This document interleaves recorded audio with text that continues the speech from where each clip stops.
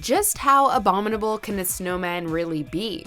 Welcome to WatchMojo, and today we're counting down our picks for the top 5 things you didn't know about Yetis. Hey, why can't they call me the adorable snowman or the agreeable snowman, for crying out loud?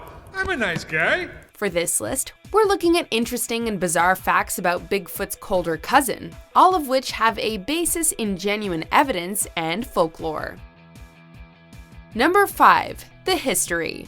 In various pre-Buddhist civilizations in the Himalayas, the Yeti was revered as a glacier being who allegedly lived at the top of the mountain, and what was thought to be the blood of these creatures was used in some religious ceremonies. Even hundreds of years ago, the Yeti was such an important legend that Alexander the Great allegedly demanded to see one when he traveled to the Himalayas. However, the name abominable snowman is decidedly modern, coming from a mistranslation of a phrase meaning man-bear snowman done by journalist Henry Newman in 1921. He originally thought it meant filthy snowman and took some artistic liberties. Abominable does have a nicer ring to it. Number 4. The description. The Yeti is often portrayed as a dangerous creature, an enormous bipedal monster with matted, white fur, standing at least 2 or sometimes 3 feet taller than the average human. They live in the mountains, and some legends say they cannot survive at a lower altitude. Some Nepalese people also believe that they are nocturnal and able to kill people with one punch, though others claim it uses a large rock as its primary weapon. However, unlike other ape monsters such as Bigfoot, there are significantly less close-up Yeti sightings claimed, and most evidence comes from mysterious footprints, ancient temples, and relics.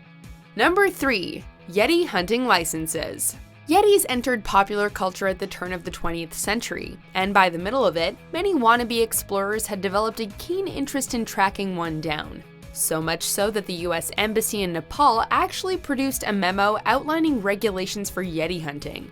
These rules said that any Yeti hunter must pay the Nepalese government the sum of 5,000 rupees to acquire a permit. They would also not be allowed to kill the Yeti and only photograph or catch it, and any information must also be handed over to the Nepalese government.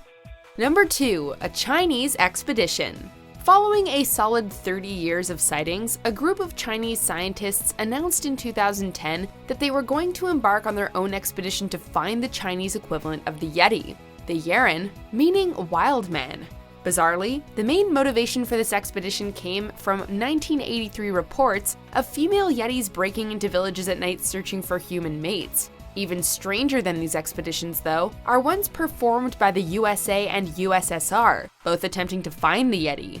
When evidence gathered from the Cold War era was shared between Russia and America in 2011, a new expedition set off to also track down the Yeti in Siberia.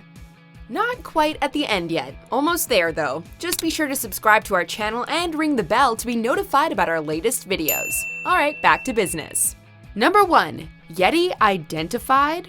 While the existence of the Yeti is still contested by scientists today, the fact of the matter is that all the biological evidence alleged to be from a Yeti has been scientifically analyzed as belonging to known bear species. Celebrated mountaineer Reinhold Messner, who had tracked Yetis for years, came to the same conclusion, and British geneticist Brian Sykes proposed the theory that the Yeti is actually a crossbreed of the Himalayan brown bear and an ancient species of polar bear from the region. Considering they're big, angry, furry, and known to walk on 2 legs, the bear theory seems pretty convincing.